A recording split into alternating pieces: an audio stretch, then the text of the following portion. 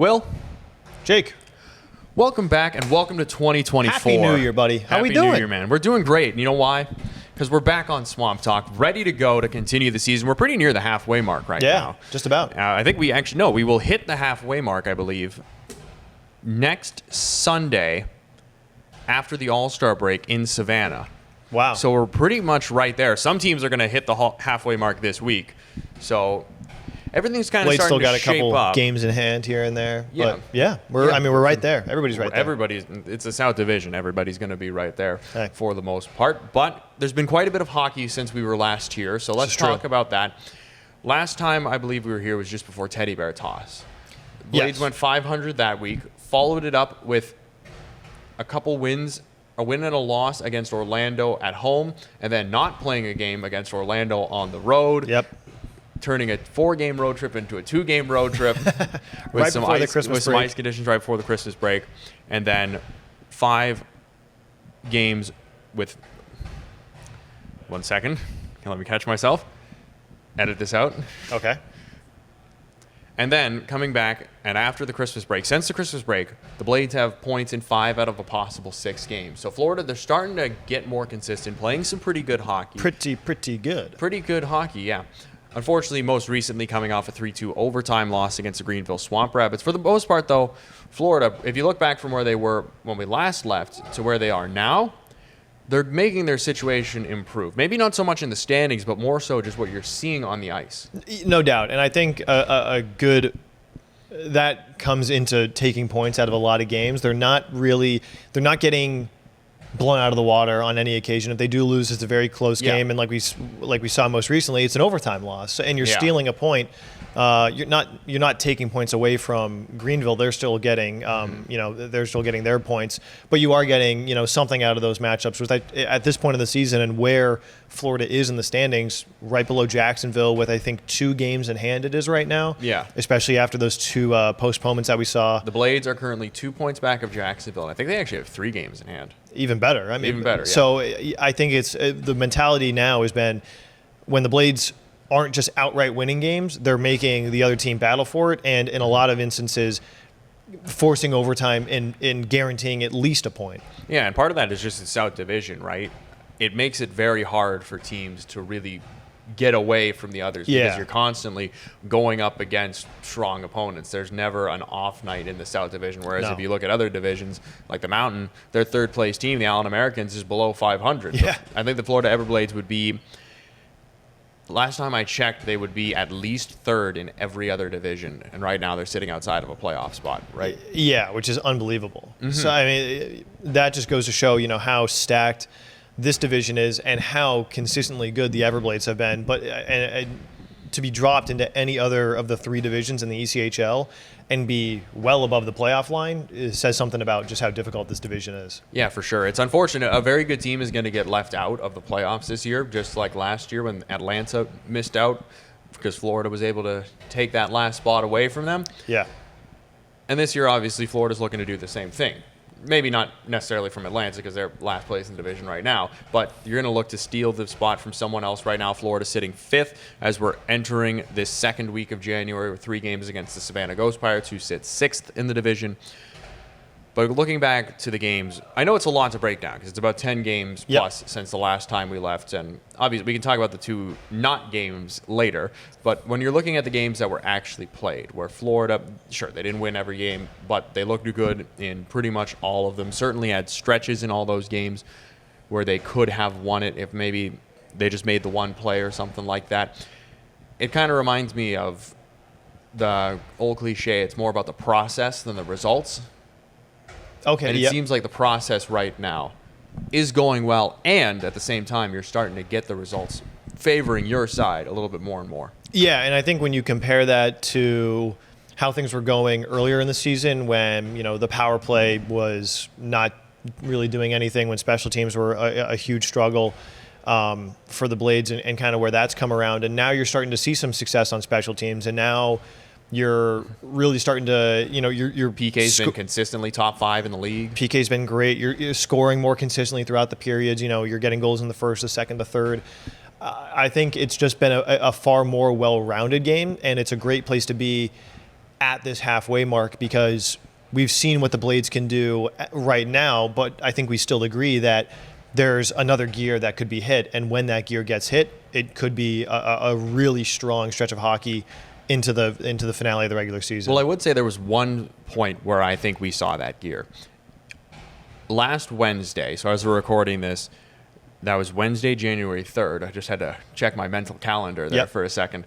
Against the Atlanta Gladiators, Florida enters the third period, tied at 2. The teams had been neck and neck all game, but then Florida completely took over in the third. 22 shots, 3 goals for a 5-3 win. Bobo Carpenter hat trick. That was probably one of, if not the best, 20-minute stretches of hockey that Florida has played all year, where they just came out and decided, we're winning this game. This is our night tonight. And for Florida to do that consistently again would make them, once again, in the upper echelon of teams, top threat to win the Kelly Cup again. This is a team that's not shying away from trying to three-peat. So if Florida can find a way to play like that over 60 minutes instead of just for 20, then there's no reason that they can't. Yeah, I mean, when you talk about putting 22 shots on net in a 20-minute span, you're going to find success just by, not only are you getting shots on net and forcing the goalie to make stops, but you can't take 20 shots on net without having the puck. And if you have the puck and you're taking that many shots on cage, the other team, just by definition, can't even have possession. Yeah. And also the situation of the game. It's not like this was a game where Florida's trailing by 3 and Atlanta's just letting them have the puck, trying to lock things down. This was a tied game going into the third. And Florida scored, and then Atlanta tied it up 15 seconds later. Like, it was a very tight game on the scorecard, but in the third, Florida just went to a level that Atlanta couldn't match. Yeah, and I think if we see more of that, especially against Savannah, we're 5 games, as of the time we're recording, on the horizon, 5 consecutive games against Savannah, a team that's sort of limping lower in the standings of the South Division. That's a team that we should really be looking at for the Blades to really attack and try to get 5 wins against. Yeah, these are going to be 5 straight important games against the Ghost Pirates. But first, one more thing before we can get to that. We're going to go back and into the future because 2 games get postponed. Back because to of the ice conditions. First off, it was December 17th in Orlando. A power outage the night before leads to unsafe ice conditions. The game never even got started. They never even took the ice for warm-ups. Then, on Saturday, December 23rd, last game before the Christmas break, Florida played 7 minutes and 11 seconds of hockey, a 1-1 tied game, a fight. Looked like it was going to be a great night of hockey in December, except that there were chunks coming off the ice in South Carolina, and they tried to fix it, couldn't. So that game also postponed. So obviously that's unfortunate, but what might be more unfortunate for Florida is now that goes into March. And the Everblades right now are set to play 16 games in the month of March. Yeah. Which, during the home stretch, when you're likely, at least based on where Florida is sitting in the standings right now and how good the South Division is, you're fighting for your playoff lives, possibly playoff seeding, whatever. That's going to make it tough for Florida, just from an energy perspective, managing all those games. Yeah, and I mean, you'd look at the schedule that Florida has had up to this point, and it's been tough. There have been some grueling stretches. I mean, Florida just came off of a 4-game series, a 4-game road series where they were, they hadn't been home in over a week straight. So, and in 2 different cities too. It's not like you're just parked in one place. Yeah, exactly. Yeah, and it was pretty. The travel was set up a little weird because they played Greenville, then they traveled to Atlanta, played 2 games in Atlanta, and then went back to Greenville to finish up that series against the Swamp Rabbits. So, I mean, when you look at the scheduling that the Everblades have had so far, it's been tough, but I don't think it's going to compare to 16 games in the month of March. Yeah. That is going to be tough hockey. That's going to need to be very well managed hockey. You're going to have to look after guys and make sure everything is healthy, especially if it comes down to it. And it is a close race, as we've seen in the past couple of years in this division. Every game matters, and having 16 of them the month before playoff starts is going to be critical. Yeah, and that's why it's critical now when you're going up against a team like Savannah that's below you in the standings. Pot as many points as you can. Yeah. Get as many in the bank as you can right now, so that if you're in a rough stretch with injuries and you've got a 3-game and 3-day or 3-game and 4-day stretch where you're not fully healthy, you're not fully energized, something, well, you got a little bit of a cushion where if something goes really tough, you have a really bad week or something, it's not the end of your season. Because with how tight things are right now, a bad week could be the end of your season if you were to get into a situation where you go 0-3 or something. So for Florida, going into the next few months, January, February, you know what's coming up in March now because of the postponements. You got to kind of have that in the back of your mind where, okay, we need some points here to give ourselves as much breathing room as possible before we're in a really tough month. No doubt. I think that's a really good mentality to look at it through. Let's just go out there every night of the week, just beat whoever's in front of us. Yeah. If you beat whoever's in front of you, the season's going to be going just fine. Yeah, if you win, what's the coach always says, win the weeks. That's Okay. what the Everblades have to do for the next, well, probably about 8 weeks heading into that big March. We'll talk more about that, Will, later. But first, our first guest of 2024, Kelly Cup champion number 2, Cole Moberg, joins the Swamp Talk podcast after this. Blades fans, welcome into the first guest of 2024, Mr. Cole Moberg. Cole, hey, appreciate you joining the show. Thank you for having me. How's the season's been going? Good. It's officially a new year. We're into what will be the new playoff year, so it's been a little change of pace now, and you're finally back home after a long road trip. Most importantly, Yeah, no, it's nice to be home for sure. Obviously, it was a long road trip, long 9 days, but it's nice to be home. And I mean, it's the new year. You get to start. You're getting closer to playoffs, so you get to look forward to that. You can't complain about that. Yeah, Best time of year. Nicer than the last road trip, too, because you actually went on the road and played all the games. When you're going into a building, and I remember seeing you in Orlando, kind of walking on the ice in your slides, you could barely move. When you're going into a building, obviously you're expecting to play the game, but whenever all that gets thrown off, how did that bleed into the next games and trying to get ready for those ones after that? Yeah, it's hard, obviously, when you walk in and you hear the power's been out for 14 hours or whatever it was, and you're like, well, I mean, the ice is going to melt, so it's not, you're not thinking you're going to play. And then when you go to the next game, and then, I mean, Orlando was out, and then 2 games after we're in SoCo, and the ice is all busted up there 8 minutes into the game or whatever. You're just like, oh man, what did the Blades come to town and the ice just, they're scared to play us or something? I don't know what it is. So Jake, you were in Orlando. I was out of town. You were obviously in Orlando. What exactly was going on with the ice, not just with the Solar Bears, but also in South Carolina, because none of us could actually see what was really going on. So in Orlando, I guess, like I said, the power was out the night before or something. There was a big storm went through. Yeah. And so the I power remember went the out at storm. like midnight or 4 a.m. or something like that. And then I guess they have like 2 generators or something. One kicked on, one didn't. They thought it did. Ice was off for like 12 hours. Jeez. And so it just melted. So when we showed up, we like looked at the ice and it was wet. And we're like, this is weird. And the guy said, he's like, yeah, Zamboni'd at 8 a.m. and it hadn't dried from 8 a.m. because it was just like there was no, like, I guess, power to the rink, so it couldn't like cool it down. And then there was a couple spots that it had like melted all the way down to the paint. So Oh my like God. didn't matter what they did to that ice, they were gonna have to build it up and it was gonna have to paint. But then in South Carolina, they along the boards, like there was like air pockets in the on the ice or whatever, and so like chunks of ice, like probably like this big, were just, you could just pick it up and it was just popping out. Like you just tap with your stick and it was like a chunk of ice like this. Like when you're going over a pond and it kind of like cavities. Yeah. Oh God. Yeah, so it was just breaking off, so you couldn't even. So like, I mean, and they noticed one spot to start, and then as they were trying to fix that spot, like we just skated around the boards and it was just like spot after spot after spot, like, and it was just like, yeah, there's nothing we can do here. Jeez. So that's another game that we have to go make up in March. After Josh scored a great goal in that game. So after you just That newbie had a fight, Joss had a goal, and we're gonna have to go. And I think Noobs is actually gonna start in the box when we Yeah, they're go starting. back. No They're starting the way. game with 12:49 to go in the first, a 1-1 tie. and I think Noobs is still in the box for another couple my minutes God. for his fight too. Yeah, so it's good. Well, we haven't had any ice troubles at Hertz Arena this year, and as you said, it's great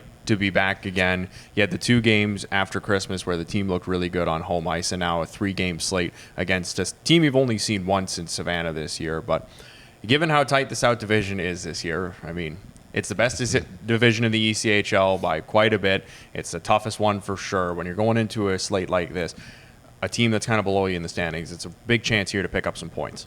Yeah, for sure. I mean, every game, we play 9 games out of division, I think, all year. So every game is a big game against a divisional team. And, I mean, with our division being so tight, 2 points, taking 2 points from every team, like when you can, is huge. It definitely helps in the end. But a team like, Savannah, we've only played them 1 time, and I think we'll probably play them another 6-7 times this year. I mean, those are big games that if they're below us, we got to just keep putting them in the rearview mirror and take the 2 points from them every game we can. It's been kind of crazy just looking at this season because you sort of mentioned it with the Savannah series. You've only played Savannah once before coming into this week of play. You're playing them 3 times at home, All-Star break, and then you're playing them twice in Savannah. So and then you look ahead of the schedule, and you're not playing them too many more times before the regular season wraps up. So it is crazy that, it's only January and the new year just happened, but, January, February, and then, March and April, only really playing for the first 2 weeks of April. So the season's flying by. Yeah, no, it's going by quick for sure. I mean, our schedule too, like we've had these stretches where we play like 1 or 2 teams for like a couple weeks, and then we go play another team like 5 times in a row and stuff like that. And that's just how our schedule's been. So, I mean, these series against teams are bigger and bigger because like you don't see these teams very often. Like you'll see them for a stretch and then you don't see them. So if you take 4 games out of 5 from a team, like if you don't play them anymore, like you can't help yourself in the standings against them. So, I mean, every game's important now, especially coming down to the second half of the season. Kind of in a similar situation to last year, fighting for a playoff spot, at least not right now, near the top of the division. But things worked out pretty good for where you were last year. So how much do you guys kind of lean on that right now with, we're not at the top of the division where we're hoping to be at this point in the year, but we know that our time doesn't come until April when the games really start to matter. Yeah, I mean, I think everyone kind of says it once you get into playoffs, everyone's at 0-0 and you're starting a 7-game series. Like at the end of the day, you get home ice advantage, and that's about it going into playoffs, like if you finish higher. So, I mean, you can finish first or you can finish fourth, and you're all in there at 0-0 to start the series, and it's the first to win 4. So, it helps to be at home, but at the end of the day, it doesn't really matter. You're all starting at the same spot. And what's that? I mean, as somebody, great run that you had last year, and we kind of talked about this just before recording, just, the travel that you guys had to overcome and just kind of the strange circumstances of who you played and when. I just kind of, does the experiences that you had last season, give you even more confidence going into this playoff run or, this final home stretch of the regular season? Yeah, it definitely helps. Obviously, we going through it last year, being in the same exact position we are now, what to expect and what you have to put in and what it's going to be like going down the stretch, trying to get into playoffs and fighting for 3rd, 4th, 1st or 2nd, whatever position it is. We know what it's going to take, and I know the travel. Our division is close but far, and for travel, like you have some close games and some far, so you kind of just get used to the travel, and it's just kind of comes along with it. You understand that you're going to be on the road for a week or you're going to be at home for a couple of weeks. You never know, but it's going to be nice. It's nice to when you can be at home, and you got to take advantage of those home games. No doubt. Yeah, especially with the team playing pretty well at home this year and going back to last year's playoffs, you certainly took advantage of home ice when you had it, particularly in the series against Newfoundland and Idaho to win it all. So when you're in Hertz Arena, especially now when you're looking up, a guy like you looks up into the rafters and sees your banner up there from when you were a champion, what does that do for you on the ice when maybe things are a little bit tough, other teams got some momentum, maybe you're down a goal, stuff like that? I think every day when I look up, it just reminds me of what the end goal is. It doesn't matter if you come to the rink on a Monday morning and you're just like practicing, or if you're here on a Friday night for a game, Saturday night for a game, it's the same goal. And every day you come to the rink, you got to get better and go towards that goal. So just having that banner up there and knowing that that's what we got last year, and that's what we want again this year. Is like it's just something to look forward to, and it keeps driving you every single day.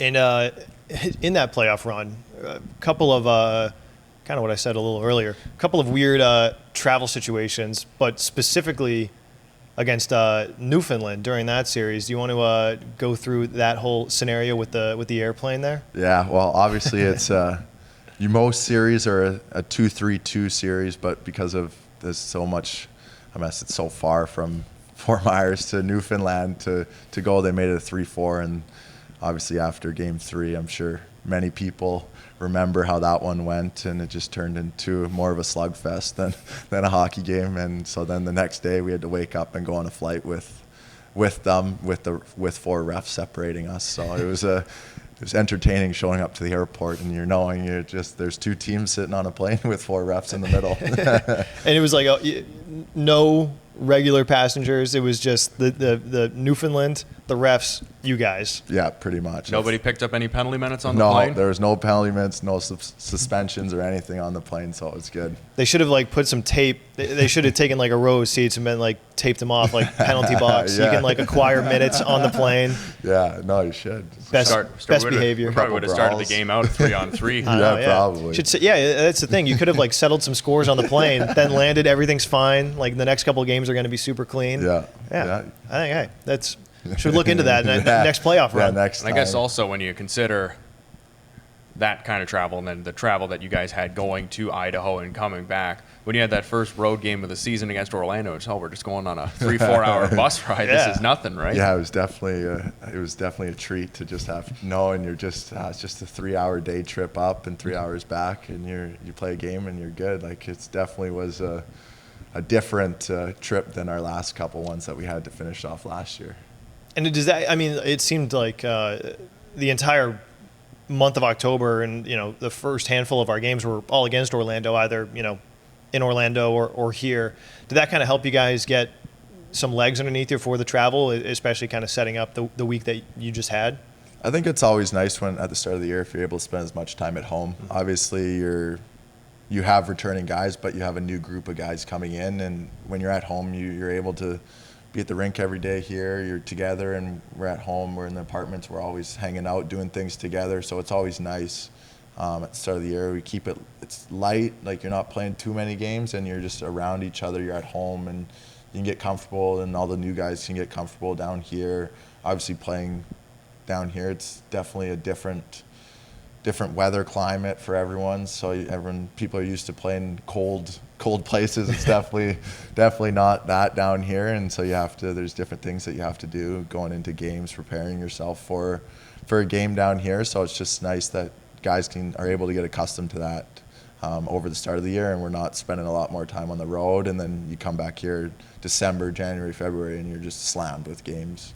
Well, and we're looking out the window right now. It's sunny and 70, something like that, right? And sometimes, whether things are going great or not, it's got to be nice, whatever the day is, tough practice, you walk out of the rink, you're not going, well, I'm going to go home in my apartment and bundle up on the couch. You're going, okay, do I want to go golfing? Do I want to go to the beach? Maybe a nice long walk, whatever, right? Eat something out inside. It's got to be nice to have all that kind of freedom, too. Yeah, no, it's so nice when you walk out of the rink every day and it's a beautiful day outside. And, you have unlimited opportunities of what you can do here, where if you're playing somewhere cold, you're just, like you said, you're just going back home, bundling up on the couch, sitting there all day and just not really doing much, where here you got so many options and it's so nice. Well, but you know about that. You played your junior hockey days up in Prince George, BC, which, for those of you who don't know, that's as far north as you can go in the WHL. Yeah, and you can't get any farther. A little different there. But you had some great memories there, getting drafted by the Chicago Blackhawks, playing a long time as a top guy in Prince George, a smaller town that loves their team, right? So the junior hockey's not something a lot of people here would understand how much it means to those small Canadian towns. Talk about that. No, people don't understand you're 16 to 20 years old, leaving town, and to go into a small town that thrives around a team and stuff. It's always nice, and it's your first experience. You're moving away from home. But to continue on from being down here, it's sunny, it's nice. We're up there, it's the complete opposite. You're minus 30, minus 40 every day. like snowing. So you definitely have to, you're either sitting at home doing nothing, or you kind of gain an appreciation for it and just find things to do up there. Obviously it's a lot different. You're not golfing all year round up there, but there's definitely going out in the snow, sledding, different things, ice fishing, different things you can do up there, which you just kind of keep you occupied.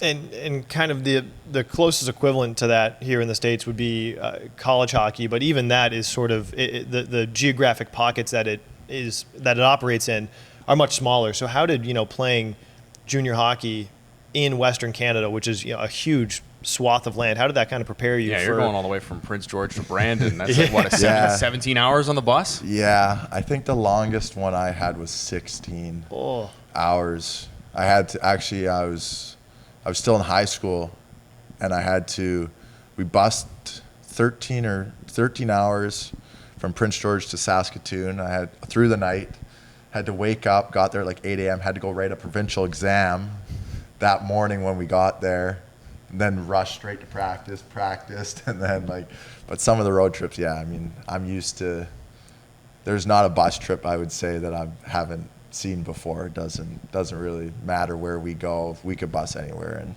it's kind of something I've been used to. So you traveled, woke up, you took an exam, and then went to practice? Yeah. How'd you do on the exam?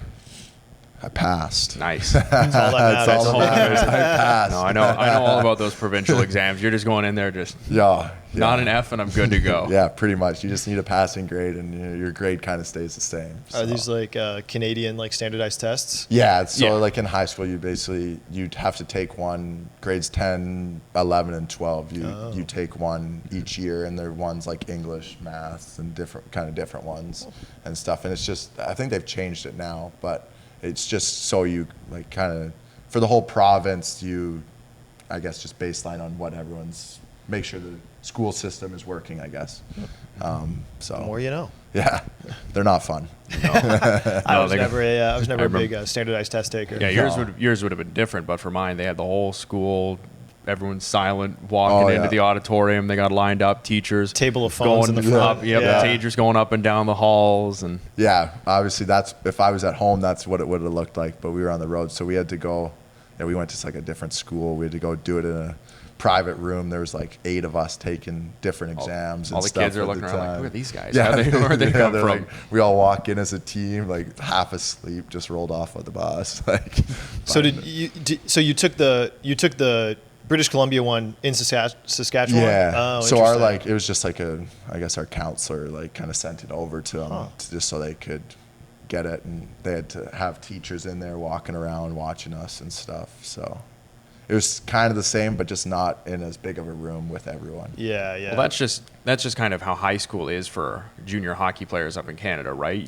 Because you're basically practicing as much, if not more, in some cases, with these junior teams than you are in the ECHL or in the AHL because of how seriously they take it. But you're also trying to balance getting through high school at the same time, right? Yeah, it's not easy. And I mean, especially in Prince George, our closest game was 6 hours away. So you're never day tripping anywhere. You're always spending at least one night on the road. And the schedule you play, it's no different than here. You can play any night. It's not like they try and just keep it on the weekends like college and stuff like that. You can play on any night. So we're going on week and a half long road trips while you're missing a week and a half of school. So there's a lot of time that you're trying to make up stuff on the road, or when you go home, you're at the rink and then you're straight to school, and then you're trying to make up all this schoolwork you missed for the last week, plus try and keep up with what you're learning right now. It's definitely not the easiest thing. Yeah. Wow. Credit to you. No tests to take on the Everblades bus? No tests. Thank God. We're good. Nothing waiting at Kia Center Yeah. in Orlando. Oh, no. One day, Brad Ralph is just going to walk down the aisle of the bus and just slap down some history tests. We're learning about the presidents today. We're boys. learning about something today. You got to take a test on it tomorrow. Is there anybody what's the? Because I remember watching back when HBO did the 24/7, the series leading up to the Winter Classic. Yeah. I remember one of the years that the Penguins were in, they were on a flight and they were talking about what everybody did on the road trips, and there was a guy on the team from Harvard, and he was like reading a book, and some guys were playing like video games with each other. So like, what's the spread of what everybody does on the bus or on the flight if you're flying? Flight, like it's a lot of guys just kind of trying to catch up on sleep and stuff. If we're on a bus, it's a lot of cards though. Most guys, like, we'll have 2 games of cards going, one at the back, one at the front, and then just guys are hanging out. We have guys will get their Nintendo Switches out and play Mario Party and stuff together. So our team's really good, really close, and we have a lot of guys just hanging out, doing things, keeping busy on the bus trips. So obviously we don't bus everywhere, and we don't really have, like, our longest trip's usually around 5 hours. So it's not too long on the bus, but everyone's usually occupied doing something, kind of interacting with other people around them. Who's somebody on the team you would not want to run into at a poker table? Chowsy. Really? Or Johnny Sellers. Oh, okay. I would actually, I'm going to change it. Johnny Sellers is a very good poker player. So I would never run. I could see the poker face from Johnny Sellers, absolutely. Yeah, I would never want to run into him. Is there like a game of choice on the bus, or? We usually play Schnarps. Oh, okay. Yeah. So it's very just, nice. It's not a game that kind of, I don't know, it's something I've always playing hockey. Like, it's just a game on the bus that it's always kind of just translate to every team, and it's just everyone plays it. Interesting. Yeah, you and all the Canadians do euchre or anything like that? Some of them do. I personally don't. I don't know how to play it at all. But there is some people like to play. Yeah. It's very funny. My sister like introduced me. I don't know even where she learned it, but she like introduced my whole family to euchre this past summer. Oh, okay. Yeah. And we lost power, or was this like 2 summers ago? I don't know. But we were playing a lot of euchre over the summer. So that's like, apparently it's huge in like Wisconsin and Minnesota, like Midwest. So hey, it's fun. I recommend. Cards or any like board games and stuff like that. You can do board games on the bus? No, not on the bus, but just like playing any games in general. It's just like it's fun, something to do, kill time, and just hang out with people. Like it's always fun to do. I was gonna say you can't really do board games on the bus. Yeah, building a 1,000-piece puzzle on the bus. Bus hits a bump, the whole thing we got to restart. Restart. Start finding the corners again. Good Lord. Well, one more question for you before we go. This year's team, there's been some ups and downs. Coaches use the words consistency a lot, trying to find that. It seems recently the team is getting more towards that. Part of it, just the new guys starting to gel into the lineup. Other parts of it, just everyone's starting to really get into the motions of the season, right? The full grind of it, as you would say. So when you're looking at the team right now, you've seen what it takes for this team, this core, to get to a championship and win it all. What still needs to be done for the Florida Everblades to get to the same level they were at last year and do it all again? I think we just need to keep coming to the rink every day and getting 1% better. I mean, that's the big thing. It's just, like you said, consistency, but it's also coming to the rink every day for practice and being ready to go and just getting better every day, buying into the system. Obviously, it takes a lot more than the 20 or the 18 people on the ice that play a game, and especially there's injuries, there's different guys.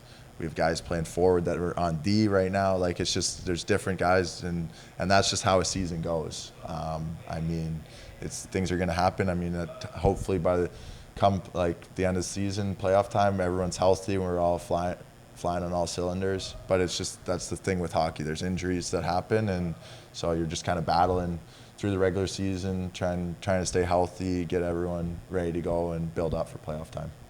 All right. Well, thank you very much, Cole Moberg. Thank you. First Cole, guest of 2024 on the Swamp Talk podcast. Swamp Talk continuing on after this. Pleasure to have Cole Moberg with us on Swamp Talk. Sir. Will, always an interesting guy to talk to. Even on the mic, he doesn't mind hiding his opinions, which is very nice for our purposes. So, the Everblades, he and his teammates getting ready for 5 straight games against the Savannah Ghost Pirates. Going to be very familiar with them. We've seen Savannah once this year. It was a 4-2 Florida win on the road on December 22nd in what ended up being Florida's last game before the Christmas holidays, last full game. But this is a huge series for both teams. First off, we got 3 games here at Hertz Arena to start this off for this week. Then we have the All-Star break in Savannah. With the All-Star Classic on Monday, January 15th. You can follow along with that on Flow Sports. And then the Blades, they come out of the All-Star break, go to Savannah for another pair of games. Right now, Florida sits 6 points ahead of Savannah in the South Division standings. They have 3 games in hand on the Ghost Pirates, but that doesn't really matter when you're playing a team 5 games in a row. This is going to be, for both teams, a season-defining swing, I believe, where if you're looking at Florida, that you could put Savannah, potentially 16 points behind you, like basically completely out of sight for the rest of the season, or Savannah can leapfrog you in the standings, and all of a sudden you've got another team to worry about when you're trying to get into a South Division playoff spot. Yeah, I think you said it great. I mean, these are games that both Florida and Savannah, I think, can't afford to lose. So I think we're gonna see 2 teams playing their best breed of hockey, playing really fast, really aggressive.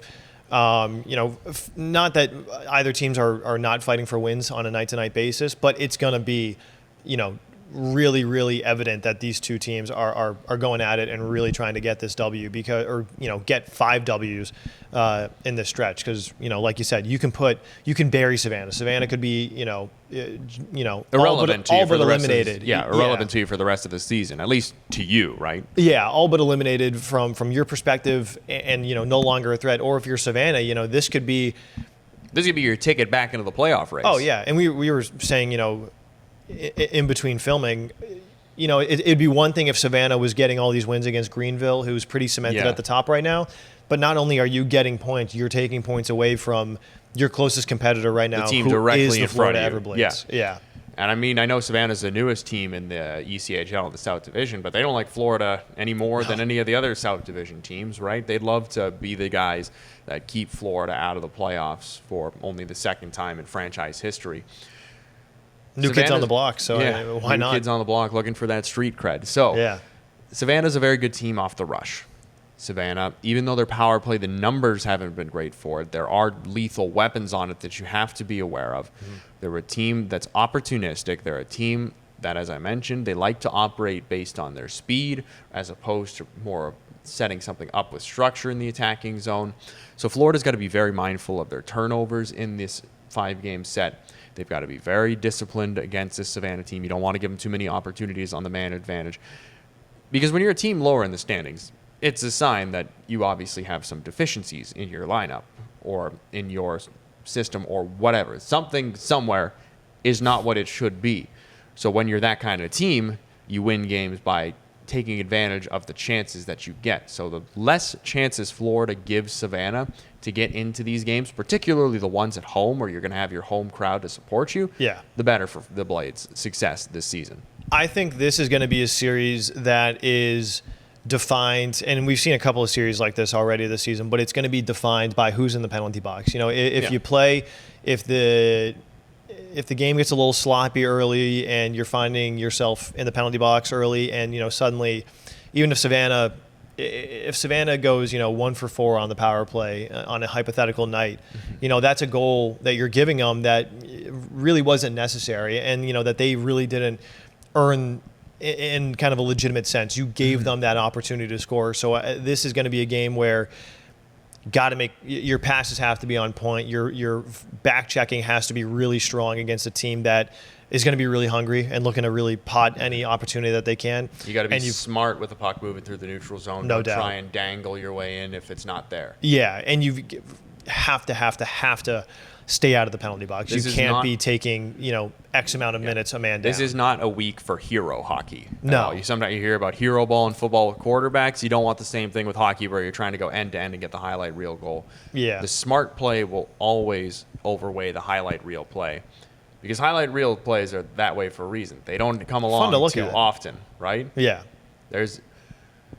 For every highlight reel play, you could make a 20-minute video of highlight reel plays that ended in disaster or didn't end up well, right? True. Yeah, it's a good point to make. It's called the rest of the game. Yeah. So Florida, you got 5 big games here against Savannah, and they're below you in the standing. It's not like we're playing Jacksonville right now, who's right above Florida. Right. But this is a chance to keep another team out of the race, which if you can slim things down, kind of keep Savannah away from you in the standings, and then just fully focus on the teams ahead, not need to worry about someone creeping up on you from behind, it just makes things easier. You don't have to look backwards. You can just focus on who's in front of you. Yeah, I mean, right now the South Division, even with the teams in the play, and you know, Greenville has obviously done a really good job this season of separating themselves at the top for right now. But we're not even halfway through this season. You know, anything can happen. I mean, looking at Atlanta, they started the season 8-0, and they're in the bottom of the division right now. So a swing here, a couple of games here, can really shift the balance.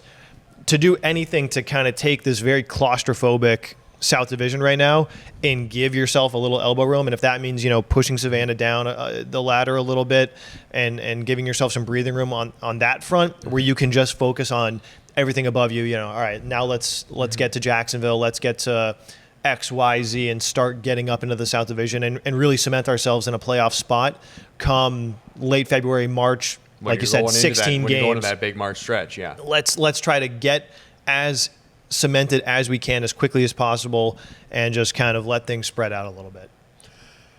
Well, everyone's going to get to kind of relax, though, in the middle of this 5-game set. In Savannah, actually. Well, for one person.